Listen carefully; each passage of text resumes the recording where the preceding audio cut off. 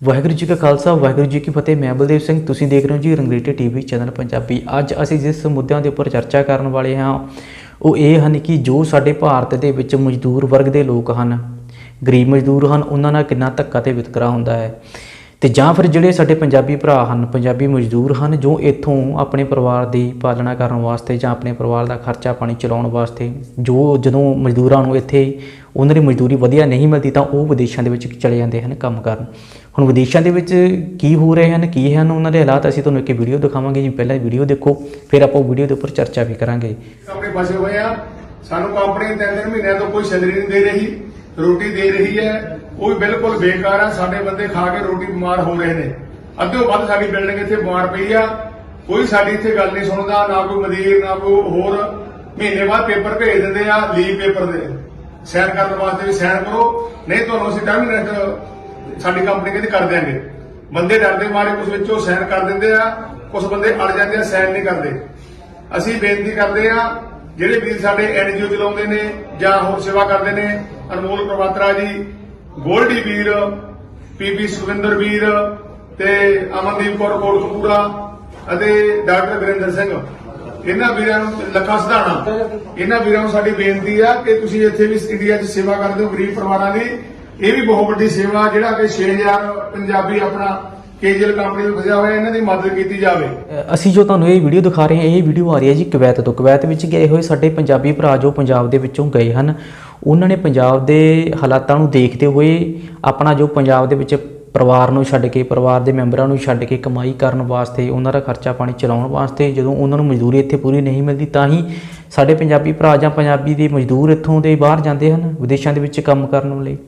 ਉਹਨਾਂ ਨੂੰ ਉੱਥੇ ਜਾ ਕੇ ਕੀ ਹੋ ਰਿਹਾ ਹੈ, ਕੀ ਹਨ ਉਹਨਾਂ ਦੇ ਹਾਲਾਤ, ਤਾਂ ਉਹਨਾਂ ਨੇ ਇੱਕ ਵੀਡੀਓ ਸੀਗੀ ਸਾਡੇ ਤੱਕ ਭੇਜੀ ਜੋ ਅਸੀਂ ਤੁਹਾਨੂੰ ਦਿਖਾਈ ਵੀ ਹੈ। ਤੇ ਕੀ ਹਨ ਉਹਨਾਂ ਦੇ ਹਾਲਾਤ, ਉਹਨਾਂ ਨੇ ਸਾਡੇ ਇੱਥੋਂ ਦੇ ਜੋ ਪੰਜਾਬ ਸਾਹਿਬ ਮੰਤਰੀ ਹਨ ਜਾਂ ਇੱਥੋਂ ਦੇ ਮੌਜੂਦਾ ਮੰਤਰੀ ਹਨ ਜਾਂ ਜਿਹੜੇ ਸੋਸ਼ਲ ਵਰਕਰ ਹਨ ਜੋ ਗਰੀਬਾਂ ਦੀ ਮਦਦ ਕਰਦੇ ਹਨ, ਉਹਨਾਂ ਤੱਕ ਆਪਣੀ ਆਵਾਜ਼ ਪਹੁੰਚਾਉਣ ਵਾਸਤੇ ਸਾਡੇ ਤੱਕ ਇੱਕ ਵੀਡੀਓ ਵੀ ਪਹੁੰਚੀ ਹੈ। ਅਸੀਂ ਉਮੀਦ ਕਰਦੇ ਹਾਂ ਜੀ ਇਹ ਵੀਡੀਓ ਸਰਕਾਰ ਤੱਕ ਪਹੁੰਚੇਗੀ ਤੇ ਸਰਕਾਰ ਦੇ ਉੱਪਰ ਜਲਦ ਐਕਸ਼ਨ ਲੈਂਦੇ ਹੋਏ ਜੋ ਉੱਥੋਂ ਦੇ ਵਿਦੇਸ਼ ਮੰਤਰੀ ਹਨ ਉਹਨਾਂ ਨਾਲ ਕੰਟੈਕਟ ਕਰਕੇ ਆਪਣਾ ਟਾਈ ਅਪ ਕਰਕੇ ਇਹਨਾਂ ਗਰੀਬ ਮਜ਼ਦੂਰਾਂ ਦੀ ਮਦਦ ਕੀਤੀ ਜਾਵੇ, ਜਾਂ ਜਿਹੜੇ ਮਜ਼ਦੂਰ ਘਰ ਵਾਪਸ ਆਉਣਾ ਚਾਹੁੰਦੇ ਹਨ ਆਪਣੇ ਪਰਿਵਾਰ ਦੇ ਵਿੱਚ ਉਹਨਾਂ ਨੂੰ ਮਿਲਾਇਆ ਜਾਵੇ। ਹੁਣ ਅਸੀਂ ਗੱਲ ਕਰਦੇ ਹਾਂ ਜੀ ਜੋ ਪੰਜਾਬ ਦੇ ਵਿੱਚ ਹਾਲਾਤ ਬਣੇ ਹਨ ਝੋਨੇ ਨੂੰ ਲੈ ਕੇ। ਜੋ ਗਰੀਬ ਮਜ਼ਦੂਰ ਹਨ ਉਹਨਾਂ ਦੀ ਮਜ਼ਦੂਰੀ ਨੂੰ ਲੈ ਕੇ ਵਿਵਾਦ ਛਿੜਿਆ ਹੋਇਆ ਕਿ ਝੋਨੇ ਦੀ ਮਜ਼ਦੂਰੀ 2500 ਜਾਂ 2700 ਅਸੀਂ ਦੇਣੀ ਹੈ, 70 ਰੁਪਏ ਕਿਲੋ ਪਿੰਡਾਂ ਦੇ ਵਿੱਚ ਦੁੱਧ ਦਿੱਤਾ ਜਾਊਗਾ, ਖੇਤਾਂ 'ਤੇ ਪੱਠੇ ਨਹੀਂ ਵੱਢਣ ਦਿੱਤੇ ਜਾਣਗੇ। ਜੇਕਰ ਕੋਈ ਮਜ਼ਦੂਰ ਪਿੰਡ ਤੋਂ ਬਾਹਰ ਕੰਮ ਕਰ ਦਿੱਤਾ ਜਾਏਗਾ ਤਾਂ ਉਹਦੀਆਂ ਸਾਰੀਆਂ ਜੋ ਸਰਕਾਰੀ ਸਹੂਲਤਾਂ ਬੰਦ ਕਰ ਦਿੱਤੀਆਂ ਜਾਣਗੀਆਂ। ਇੱਦਾਂ ਦੇ ਫਰਮਾਨ ਜੋ ਪਿੰਡਾਂ ਦੇ ਵਿੱਚ ਰਹਿ ਰਹੇ ਕਿਸਾਨ ਹਨ ਉਹਨਾਂ ਵੱਲੋਂ ਜਾਰੀ ਕੀਤੇ ਗਏ ਹਨ। ਕੀ ਇੱਦਾਂ ਦੇ ਫਰਮਾਨ ਅਸੀਂ ਆਮ ਲੋਕਾਂ ਦੇ ਜਨਤਾ ਦੀ ਕਚਹਿਰੀ ਦੇ ਵਿੱਚ ਇੱਕ ਇਹ ਸਵਾਲ ਕਰਦੇ ਹਾਂ ਕਿ ਆਮ ਲੋਕਾਂ ਦੀ ਜੋ ਸਹੂਲਤਾਂ ਹਨ ਜੋ ਸਰਕਾਰ ਦੇ ਰਹੀ ਹੈ, ਕਿ ਉਸ ਨੂੰ ਇੱਕ ਪਿੰਡ ਦੇ ਰਹਿਣ ਵਾਲੇ ਕਿਸਾਨਾਂ ਵੱਲੋਂ ਉਹਨਾਂ ਨੇ ਸਹੂਲਤਾਂ ਆਪਣੇ ਮਤਲਬ ਲੈਣ ਦੇ ਲਈ ਬੰਦ ਕੀਤੀਆਂ ਜਾ ਸਕਦੀਆਂ ਹਨ? ਅਗਰ ਉਹ ਕਿਸਾਨ ਭਰਾਵਾਂ ਨੂੰ ਕੋਈ ਪ੍ਰੋਬਲਮ ਹੈ, ਅਗਰ ਕਿਸਾਨ ਭਰਾਵਾਂ ਨੂੰ ਉਹਨਾਂ ਦੀ ਲੇਬਰ ਨਹੀਂ ਦਿੱਤੀ ਜਾਂਦੀ ਤਾਂ ਇਹ ਇੱਕ ਕਿਸਾਨ ਦਾ ਤੇ ਮਜ਼ਦੂਰ ਦਾ ਆਪਸ ਵਿੱਚ ਕੋਈ ਮੁੱਦਾ ਹੈ ਜਾਂ ਇਸ 'ਤੇ ਗੱਲ ਚਰਚਾ ਹੋ ਸਕਦੀ ਹੈ। ਤੁਸੀਂ ਕਿਸੇ ਨੂੰ ਵੀ ਕੋਈ ਹੱਕ ਨਹੀਂ ਹੁੰਦਾ ਕਿ ਕਿਸੇ ਸਰਕਾਰ ਵੱਲੋਂ ਦਿੱਤੀਆਂ ਜਾਣ ਵਾਲੀਆਂ ਸਹੂਲਤਾਂ, ਸਰਕਾਰ ਵੱਲੋਂ ਦਿੱਤੀਆਂ ਜਾਣ ਵਾਲੀਆਂ ਸਹੂਲਤਾਂ ਤੁਸੀਂ ਗਰੀਬਾਂ ਦੀਆਂ ਕਿੱਦਾਂ ਬੰਦ ਕਰ ਸਕਦੇ ਹੋ? ਸਹੂਲਤਾਂ ਤਾਂ ਸਰਕਾਰ ਦੇ ਰਹੀ ਹੈ, ਤੁਸੀਂ ਕਿਸਾਨ ਹੋ, ਤੁਹਾਡੇ ਕੋਲ ਜ਼ਮੀਨ ਹੈ, ਇਸ ਕਰਕੇ ਜੋ ਲੇਬਰ ਮਜ਼ਦੂਰ ਹਨ ਉਹਨਾਂ ਦੀ ਮਜਬੂਰੀ ਹੈ ਕਿ ਉਹਨਾਂ ਨੇ ਖੇਤਾਂ ਦੇ ਵਿੱਚ ਕੰਮ ਕਰਨਾ ਹੁੰਦਾ ਹੈ ਤੇ ਆਪਣੇ ਢਿੱਡ ਪਾਲਣ ਦੇ ਲਈ, ਆਪਣੀ ਮਜ਼ਦੂਰੀ ਬੱਚੇ ਪਾਲਣ ਦੇ ਲਈ ਉਹ ਕੰਮ ਕਰਦੇ ਹਨ। ਕਿਸੇ ਨੂੰ ਵੀ ਇੱਥੇ ਗੁਲਾਮ ਬਣਾ ਕੇ ਨਹੀਂ ਰੱਖਿਆ ਜਾ ਸਕਦਾ। ਇਹ ਦੇਸ਼ ਬਿਲਕੁਲ ਆਜ਼ਾਦ ਹੈ। ਜੋ ਸਾਡਾ ਸੰਵਿਧਾਨ ਹੈ ਮਜ਼ਦੂਰਾਂ ਦੇ ਹੱਕਾਂ ਦੀ ਗੱਲ ਕਰਦਾ ਹੈ ਤੇ ਕਿਸੇ ਨੂੰ ਵੀ ਅਧਿਕਾਰ ਬਿਲਕੁਲ ਇਹ ਨਹੀਂ ਗਾ ਕਿ ਤੁਸੀਂ ਪਿੰਡ ਦੇ ਵਾਸਤੇ ਜੋ ਸਹੂਲਤਾਂ ਆਈਆਂ ਹਨ, ਗਰੀਬਾਂ ਦੇ ਲਈ ਜੋ ਸਹੂਲਤਾਂ ਆਈਆਂ ਹਨ ਉਸ ਨੂੰ ਬੰਦ ਕਰ ਦਿੱਤਾ ਜਾਵੇ। ਸਾਡੇ ਕਿਸਾਨ ਭਰਾਵਾਂ ਨੇ ਇੱਕ ਵੀਡੀਓ ਦੇ ਵਿੱਚ ਜੋ ਇੱਕ ਫਰਮਾਨ ਜਾਰੀ ਕੀਤਾ ਹੈ ਜਿਨ੍ਹਾਂ ਨੇ ਦੱਸਿਆ ਹੈ ਕਿ ਝੋਨੇ ਦੀ ਜੋ ਰੇਟ ਹੈ ਉਹਦਾ 2700 ਜਾਂ 2500 ਅਸੀਂ ਰੇਟ ਦੇਵਾਂਗੇ, 70 ਰੁਪਏ ਕਿਲੋ ਦੁੱਧ ਦੇਵਾਂਗੇ, ਖੇਤਾਂ ਦੇ ਵਿੱਚੋਂ ਪੱਠੇ ਨਹੀਂ ਵੱਢਣ ਦੇਵਾਂਗੇ, ਵੱਟਾਂ 'ਤੇ ਨਹੀਂ ਚੜ੍ਹਨ ਦੇਵਾਂਗੇ। ਅਤੇ ਅਗਰ ਜੇਕਰ ਉਹ ਮਜ਼ਦੂਰ ਇਹਨਾਂ ਦੇ ਫੈਸਲੇ ਨੂੰ ਨਹੀਂ ਮੰਨਦਾ ਤਾਂ ਉਹਨੂੰ ਪਿੰਡ ਤੋਂ ਬਾਹਰ ਮਜ਼ਦੂਰੀ ਕਰਨ ਵਾਸਤੇ ਜਾਣ ਨਹੀਂ ਦਿੱਤਾ ਜਾਵੇਗਾ। ਇਹਨਾਂ ਕਿਸਾਨਾਂ ਭਰਾਵਾਂ ਨੂੰ ਇਹ ਪੁੱਛਿਆ ਜਾਵੇ ਕਿ ਜੇਕਰ ਤੁਹਾਡੇ ਬੱਚੇ ਇੱਥੋਂ ਬਾਹਰ ਜਾਂਦੇ ਹਨ ਤਾਂ ਉਹ ਕਿਉਂ ਜਾਂਦੇ ਹਨ ਬਾਹਰ? ਉਹ ਇਸੇ ਕਰਕੇ ਹੀ ਜਾਂਦੇ ਹਨ ਕਿਉਂਕਿ ਉਹਨਾਂ ਨੂੰ ਇੱਥੇ ਬਣਦਾ ਮਿਹਨਤਾਨਾ ਜਾਂ ਬਣਦਾ ਹੱਕ ਉਹਨਾਂ ਨੂੰ ਉਹਨਾਂ ਦੇ ਮੁਤਾਬਿਕ ਨਹੀਂ ਮਿਲਦਾ। ਇਸ ਕਰਕੇ ਉਹ ਇਸ ਪੰਜਾਬ ਦੇ ਵਿੱਚ, ਪੰਜਾਬ ਦੀ ਧਰਤੀ ਨੂੰ ਛੱਡ ਕੇ ਲੋਕ ਬਾਹਰ ਜਾਂਦੇ ਹਨ, ਬਾਹਰ ਜਾ ਕੇ ਵਿਦੇਸ਼ਾਂ ਦੇ ਵਿੱਚ ਸੈਟਲ ਹੁੰਦੇ ਹਨ, ਆਪਣੇ ਕੰਮਕਾਰ ਕਰਦੇ ਹਨ। ਉੱਥੋਂ ਦੀਆਂ ਸਰਕਾਰਾਂ ਦੀਆਂ ਜੋ ਸਹੂਲਤਾਂ ਹਨ ਉਹ ਬਹੁਤ ਵਧੀਆ ਹਨ। ਉੱਥੋਂ ਦੇ ਲੋਕ ਜ਼ਿਆਦਾਤਰ PR ਕਿਉਂ ਭਾਲਦੇ ਹਨ?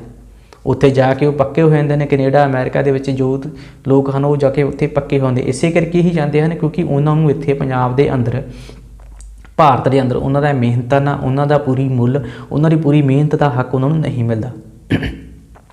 ਤੇ ਉਸ ਦਾ ਇਹ ਮਤਲਬ ਨਹੀਂ ਕਿ ਤੁਸੀਂ ਗਰੀਬਾਂ ਨੂੰ ਵੀ ਜੋ ਬਣਦਾ ਹੱਕ ਹੈ ਮਿਹਨਤਾਨਾ ਅਗਰ ਉਹਨਾਂ ਨੂੰ ਨਹੀਂ ਮਿਲਦਾ ਤਾਂ ਇਹਨਾਂ ਜੋ ਕਿਸਾਨ ਭਰਾਵਾਂ ਨੇ ਇੱਕ ਫਰਮਾਨ ਜਾਰੀ ਕਰਕੇ ਵੀਡੀਓ ਦੇ ਵਿੱਚ ਕਿਹਾ ਹੈ ਕਿ ਅਸੀਂ 2500 ਜਾਂ 2700 ਤੋਂ ਵੱਧ ਝੋਨਾ ਲਵਾਈ ਦੀ ਮਿਹਨਤ ਨਹੀਂ ਦੇਵਾਂਗੇ। ਜੇਕਰ ਕਿਸਾਨਾਂ ਦੀ ਵੱਟਾਂ ਦੇ ਉੱਪਰ, ਖੇਤਾਂ ਦੇ ਉੱਪਰ ਜੇ ਕੋਈ ਮਜ਼ਦੂਰ ਪੱਠੇ ਵੱਢਦਾ ਹੈ ਤਾਂ ਉਸ ਨੂੰ ਪੱਠੇ ਵੱਟਾਂ ਤੇ ਨਹੀਂ ਚੜ੍ਹਨ ਦਿੱਤਾ ਜਾਵੇਗਾ। ਕੀ ਇੱਦਾਂ ਦੇ ਫਰਮਾਨ ਜਾਰੀ ਕਰਨਾ ਬਿਲਕੁਲ ਸਹੀ ਹੈ?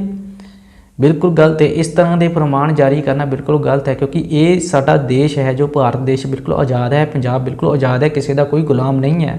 ਇਹ ਤਾਂ ਅਗਰ ਤੁਹਾਡੇ ਆਪਸ ਦੇ ਵਿੱਚ ਭਾਈਚਾਰੇ ਦੇ ਕਰਕੇ ਜੇ ਕੋਈ ਮਜ਼ਦੂਰ ਜਾਂ ਕਿਸਾਨ ਭਰਾ ਇੱਕ ਦੂਜੇ ਨਾਲ ਬਣਦੀ ਹੈ, ਨਿਭਦੀ ਹੈ ਤਾਂ ਹੀ ਇਹ ਤਾਲਮੇਲ ਬਣਾ ਕੇ ਚੱਲਿਆ ਜਾ ਸਕਦਾ ਹੈ।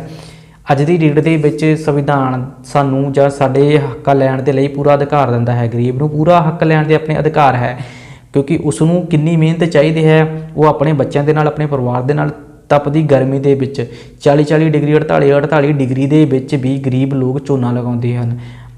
ਜ਼ਮੀਨ ਦੇ ਵਿੱਚ ਅਗਰ ਵੀਡੀਓ ਦੇ ਵਿੱਚ ਕਿਸਾਨ ਭਰਾਵਾਂ ਨੇ ਇਹ ਵੀ ਪ੍ਰਮਾਣ ਦਿੱਤਾ ਹੈ ਕਿ ਜੇਕਰ ਗਰੀਬ ਨੂੰ ਰੇਹ ਸਪਰੇਅ ਕਰਦੇ ਸਮੇਂ ਉਸ ਨੂੰ ਕੋਈ ਦਵਾਈ ਬੂਟੀ ਚੜ੍ਹ ਜਾਂਦੀ ਹੈ ਜਾਂ ਉਸ ਦਾ ਨੁਕਸਾਨ ਹੁੰਦਾ ਤਾਂ ਉਹਦੀ ਜ਼ਿੰਮੇਵਾਰੀ ਉਹਦੀ ਆਪਣੀ ਹੀ ਹੋਵੇਗੀ, ਕਿਉਂਕਿ ਜੋ ਗਰੀਬ ਦੇ ਮਜ਼ਦੂਰ ਦੇ ਬੱਚੇ ਹਨ ਜਾਂ ਸੀਰੀ ਦੇ ਬੱਚੇ ਹਨ ਉਹ ਵੱਡੇ ਹੋ ਕੇ ਕੀ ਬਣਨਗੇ, ਉਹਨਾਂ ਦੇ ਬੱਚਿਆਂ ਦੇ ਉੱਪਰ ਜੋ ਅਸਰ ਪਵੇਗਾ ਉਹ ਬਹੁਤ ਹੀ ਭਿਆਨਕ ਆਉਣ ਵਾਲੇ ਸਮੇਂ ਦੇ ਵਿੱਚ ਨਜ਼ਰ ਵੀ ਆਊਗਾ। ਕਿਉਂਕਿ ਹੁਣ ਤੱਕ ਜੋ ਸਾਡੇ ਪੰਜਾਬ ਦੇ ਹਾਲਾਤ ਹਨ, ਪੰਜਾਬ ਦੇ ਗਰੀਬ ਮਜ਼ਦੂਰ, ਪਛੜੇ ਹੋਏ ਵਰਗ ਦੇ ਲੋਕ ਹਨ, ਉਹਨਾਂ ਦੇ ਵਿੱਚ ਜ਼ਿਆਦਾਤਰ ਜੋ ਹੈ ਗਰੀਬਾਂ ਦੇ ਬੱਚੇ ਦਿਹਾੜੀਦਾਰ ਮਜ਼ਦੂਰ ਹੀ ਬਣਦੇ ਹਨ। ਤੇ ਕਿਸਾਨ ਭਰਾਵਾਂ ਦੇ ਜ਼ਿਆਦਾਤਰ ਬੱਚੇ ਜਿਨ੍ਹਾਂ ਕੋਲ ਜ਼ਮੀਨਾਂ ਹੁੰਦੀਆਂ ਹਨ ਉਹਨਾਂ ਦੇ ਬੱਚੇ ਆਈਲੈਟਸ ਕਰਕੇ ਜਾਂ ਆਪਣੀ ਪੜ੍ਹਾਈ ਲਿਖਾਈ ਕਰਕੇ ਵਿਦੇਸ਼ਾਂ ਦੇ ਵਿੱਚ ਪੜ੍ਹਾਈਆਂ ਵੀ ਕਰਦੇ ਹਨ, ਵਿਦੇਸ਼ਾਂ ਦੇ ਵਿੱਚ ਬਿਜ਼ਨਸ ਵੀ ਕਰਦੇ ਹਨ। ਤੇ ਗਰੀਬ ਮਜ਼ਦੂਰ ਦੇ ਜੋ ਵਰਗ ਦੇ ਲੋਕ ਹਨ ਉਹ ਅਗਰ ਇਸੇ ਤਰ੍ਹਾਂ ਹੀ ਉਹਨਾਂ ਨੂੰ ਦਬਾ ਕੇ ਰੱਖਿਆ ਜਾਵੇਗਾ, ਇਸੇ ਤਰ੍ਹਾਂ ਹੀ ਉਹਨਾਂ ਨੂੰ ਜੋ ਉੱਪਰ ਨਹੀਂ ਉੱਠਣ ਦਿੱਤਾ ਜਾਵੇਗਾ ਤਾਂ ਜੋ ਸਾਡੇ ਪ੍ਰਧਾਨ ਮੰਤਰੀ, ਦੇਸ਼ ਦੇ ਪ੍ਰਧਾਨ ਮੰਤਰੀ ਜੀ ਹਨ ਨਰਿੰਦਰ ਸਿੰਘ ਮੋਦੀ ਜੀ, ਉਹਨਾਂ ਨੂੰ ਅਸੀਂ ਕਹਿਣਾ ਚਾਹੁੰਦੇ ਹਾਂ ਕਿ ਨਰਿੰਦਰ ਸਿੰਘ ਮੋਦੀ ਜੀ, ਅਗਰ ਤੁਸੀਂ ਆਪਣੇ ਭਾਰਤ ਨੂੰ ਕਹਿ ਰਹੇ ਹੋ ਕਿ ਆਤਮ ਨਿਰਭਰ ਬਣੋ ਤਾਂ ਬਣੀਏ ਕਿੱਦਾਂ? ਇਹ ਵੀ ਤਾਂ ਦੱਸਿਆ ਜਾਵੇ ਨਾ ਕਿ ਗਰੀਬ ਮਜ਼ਦੂਰ ਬਣੇਗਾ ਕਿੱਦਾਂ, ਆਤਮ ਨਿਰਭਰ ਕਿੱਦਾਂ ਬਣੇਗਾ? ਪਿੰਡਾਂ ਦੇ ਵਿੱਚ ਉਹਨਾਂ ਨੂੰ ਬਣਦੀ ਮਜ਼ਦੂਰੀ ਨਹੀਂ ਮਿਲਦੀ, ਬਣਦੇ ਹੱਕ ਨਹੀਂ ਮਿਲਦੇ ਤਾਂ ਆਤਮ ਨਿਰਭਰ ਕਿੱਦਾਂ ਬਣੇਗਾ? ਖੇਤਾਂ ਦੇ ਵਿੱਚ ਉਹਨਾਂ ਨੂੰ ਵੜਨ ਨਹੀਂ ਦਿੱਤਾ ਜਾਵੇਗਾ, ਅਗਰ ਵੱਟਾਂ ਦੇ ਉੱਪਰ ਘਾਹ ਨਹੀਂ ਖੁੱਤਣ ਦਿੱਤਾ ਜਾਵੇਗਾ ਤਾਂ ਆਪਣੇ ਪਸ਼ੂ ਡੰਗਰ ਆਪਣੇ ਬੱਚਿਆਂ ਨੂੰ ਕੀ ਲਿਆ ਕੇ ਖਵਾਏਗਾ ਤੇ ਕੀ ਬਣਾ ਕੇ ਖਾਏਗਾ ਆਪਣੇ ਆਪ ਨੂੰ? ਇਹ ਵੀ ਤਾਂ ਸਾਰੀਆਂ ਸਰਕਾਰ ਦੀਆਂ ਜ਼ਿੰਮੇਵਾਰੀਆਂ ਹਨ, ਸੋਚਣ ਵਾਲੀਆਂ ਚੀਜ਼ਾਂ ਹੀ ਹਨ। ਮੌਜੂਦਾ ਸਰਕਾਰਾਂ ਜਦੋਂ ਤਾਂ ਉਹਨਾਂ ਨੇ ਆਪਣੀ ਸੱਤਾ ਦੇ ਵਿੱਚ ਆਉਣਾ ਹੁੰਦਾ ਹੈ ਉਦੋਂ ਤਾਂ ਉਹ ਵੱਡੇ ਵੱਡੇ ਮੈਨੀਫੈਸਟੋ ਲਾਂਚ ਕਰਦੇ ਹਨ ਕਿ ਸਰਕਾਰਾਂ ਤੁਹਾਨੂੰ ਇਹ ਸਹੂਲਤਾਂ ਦੇਣਗੀਆਂ, ਜਿੱਦਾਂ ਕਿ ਕੈਪਟਨ ਸਰਕਾਰ ਵੱਲੋਂ ਸਮਾਰਟਫੋਨ ਜਾਂ ਹੋਰ ਵੀ ਨੌਕਰੀਆਂ ਦੇਣ ਦੀ ਗੱਲ ਕੀਤੀ ਸੀ, ਨਸ਼ੇ ਬੰਦ ਕਰਨ ਦੀ ਗੱਲ ਕੀਤੀ ਸੀ। ਕਿੰਨੇ ਕੁ ਨਸ਼ੇ ਬੰਦ ਹੋਏ ਹਨ ਜਾਂ ਕਿੰਨੇ ਕੁ ਜੋ ਮਜ਼ਦੂਰ ਹਨ ਉਹਨਾਂ ਨੂੰ ਕਿੰਨੀਆਂ ਕੁ ਸਰਕਾਰੀ ਨੌਕਰੀਆਂ ਮਿਲ ਚੁੱਕੀਆਂ ਹਨ, ਕਿੰਨਾ ਕੁ ਉਹਨਾਂ ਨੂੰ ਜੋ ਹੈ ਸਹਾਇਤਾ ਮਿਲ ਚੁੱਕੀ ਹੈ, ਸਾਰਿਆਂ ਦੇ ਸਾਹਮਣੇ ਹੈ। ਕੋਈ ਵੀ ਇਸ ਵਿੱਚ ਲੁਕਾਉਣ ਵਾਲਾ ਗੱਲਬਾਤ ਨਹੀਂ ਹੈ ਜੋ ਲੋਕਾਂ ਦੇ ਸਾਹਮਣੇ ਨਹੀਂ ਹੈ। ਲਾਸਟ ਵਿੱਚ ਅਸੀਂ ਇਹੀ ਬੇਨਤੀ ਕਰਦੇ ਹਾਂ ਕਿ ਮਜ਼ਦੂਰ ਭਰਾ ਅਤੇ ਕਿਸਾਨ ਭਰਾਵਾਂ ਨੂੰ ਆਪਸ ਵਿੱਚ ਹੀ ਤਾਲਮੇਲ ਬਣਾ ਕੇ ਉਹਨਾਂ ਨੂੰ ਬਣਦਾ ਹੱਕ ਉਹਨਾਂ ਨੂੰ ਦੇ ਕੇ ਇਹ ਚੀਜ਼ ਨੂੰ ਸਾਬਤ ਕਰਨਾ ਚਾਹੀਦਾ ਹੈ ਕਿ ਮਜ਼ਦੂਰ ਏਕਤਾ ਅਤੇ ਕਿਸਾਨ ਭਰਾਵਾਂ ਦੀ ਏਕਤਾ ਕਿੱਦਾਂ ਦੀ ਹੈ ਤੇ ਅੱਗੇ ਆਉਣ ਵਾਲੇ ਸਮੇਂ ਦੇ ਵਿੱਚ ਇਸ ਨੂੰ ਇੱਕ ਬਹੁਤ ਹੀ ਮਿਸਾਲ ਦੇ ਤੌਰ ਤੇ ਦੇਖਿਆ ਜਾ ਸਕਦਾ ਹੈ। ਕਿਉਂਕਿ ਇਸ ਵਕਤ ਜੋ ਮਜ਼ਦੂਰਾਂ ਦੇ ਉੱਪਰ ਹਾਲਾਤ ਬਣੇ ਹਨ, ਵੈਸੇ ਤਾਂ ਪੂਰੇ ਭਾਰਤ ਵਿੱਚ ਹੀ ਇਹ ਮੰਦੀ ਪਈ ਹੋਈ ਹੈ ਕਿ ਹਾਲਾਤ ਕਿੰਨੇ ਬੁਰੇ ਚੱਲ ਰਹੇ ਹਨ ਮਹਾਮਾਰੀ ਨੂੰ ਲੈ ਕੇ, ਪਰ ਜ਼ਿਆਦਾਤਰ ਕਿਸਾਨ ਭਰਾਵਾਂ ਦੇ ਕੋਲੇ ਆਪਣੀ ਸੁੱਖ ਸਹੂਲਤਾਂ ਦੇ ਸਾਧਨ ਹੁੰਦੇ ਹਨ। ਜ਼ਮੀਨ ਉਹਨਾਂ ਕੋਲੇ ਹੁੰਦੀ ਹੈ, ਕਣਕ ਜੋ ਹੈ ਉਹਨਾਂ ਦੀ ਘਰ ਦੀ ਹੁੰਦੀ ਹੈ ਤੇ ਦਾਲਾਂ ਸਬਜ਼ੀਆਂ ਆਪਣੇ ਖੇਤਾਂ ਦੇ ਵਿੱਚ ਜ਼ਿਆਦਾਤਰ ਉਗਾ ਲੈਂਦੇ ਹਨ। ਰੋਜ਼ਮਰਰਾ ਦੀਆਂ ਜ਼ਿੰਦਗੀ ਦੀਆਂ ਚੀਜ਼ਾਂ ਹਨ ਉਹ ਆਪਣੇ ਉੱਥੇ ਹੀ ਉਗਾ ਲੈਂਦੇ ਹਨ। ਪਰ ਗਰੀਬ ਮਜ਼ਦੂਰ ਨੂੰ ਅਗਰ ਵੱਟਾਂ 'ਤੇ ਨਹੀਂ ਚੜ੍ਹਨ ਦਿੱਤਾ ਜਾਏਗਾ, ਪੱਠੇ ਲਿਆਉਣ ਤੋਂ ਮਨਾ ਕੀਤਾ ਜਾਏਗਾ ਜਾਂ ਉਹਨਾਂ ਨੂੰ 70 ਰੁਪਏ ਦੇ ਕਿਲੋ ਦੇ ਹਿਸਾਬ ਨਾਲ ਦੁੱਧ ਦਿੱਤਾ ਜਾਵੇਗਾ ਤਾਂ ਗਰੀਬ ਮਜ਼ਦੂਰ ਅਗਰ ਦਿਹਾੜੀ ਉਸ ਨੂੰ 250 ਤੋਂ ਵੱਧ ਨਹੀਂ ਦੇਣੀ ਹੈ, 300 ਤੱਕ ਨਹੀਂ ਦੇਣੀ ਹੈ ਤੇ ਅਗਰ 70 ਰੁਪਏ ਹੀ ਉਸ ਨੂੰ ਦੁੱਧ ਮਿਲੇਗਾ ਤਾਂ ਬਾਕੀ ਦਾ ਖਰਚਾ ਕਿੱਦਾਂ ਚਲਾਏਗਾ? ਉਹਨਾਂ ਦੇ ਬੱਚਿਆਂ ਦੀ ਪੜ੍ਹਾਈ ਦਾ ਖਰਚਾ, ਆਪਣੇ ਖਾਣ ਪੀਣ ਦਾ ਖਰਚਾ ਉਹ ਗਰੀਬ ਮਜ਼ਦੂਰ ਕਿੱਦਾਂ ਚਲਾਏਗਾ?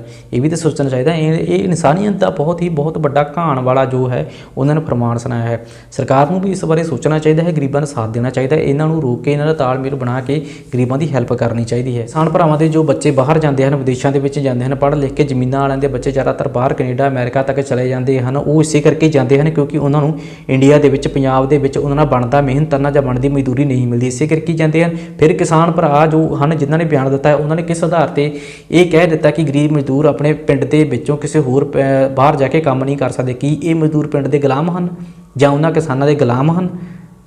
ਇਹ ਦੇਸ਼ ਬਿਲਕੁਲ ਆਜ਼ਾਦ ਹੈ। ਕੋਈ ਵੀ ਕਿਤੇ ਵੀ ਜਾ ਕੇ ਆਪਣੀ ਮਨ ਮੁਤਾਬਿਕ ਕੰਮ ਕਰ ਸਕਦਾ ਹੈ, ਆਪਣੇ ਮਨ ਮੁਤਾਬਿਕ ਹੀ ਜਿੱਥੇ ਆਉਣ ਜਾਣ ਦੀ ਉਹਨੂੰ ਲੱਗੇਗੀ ਉੱਥੇ ਜਾ ਸਕਦਾ ਹੈ। ਇਹ ਕੋਈ ਦੇਸ਼ ਗੁਲਾਮ ਨਹੀਂ, ਪੰਜਾਬ ਕਿਸੇ ਦਾ ਕੋਈ ਗੁਲਾਮ ਨਹੀਂ, ਮਜ਼ਦੂਰ ਕਿਸੇ ਦੇ ਗੁਲਾਮ ਨਹੀਂ ਹਨ।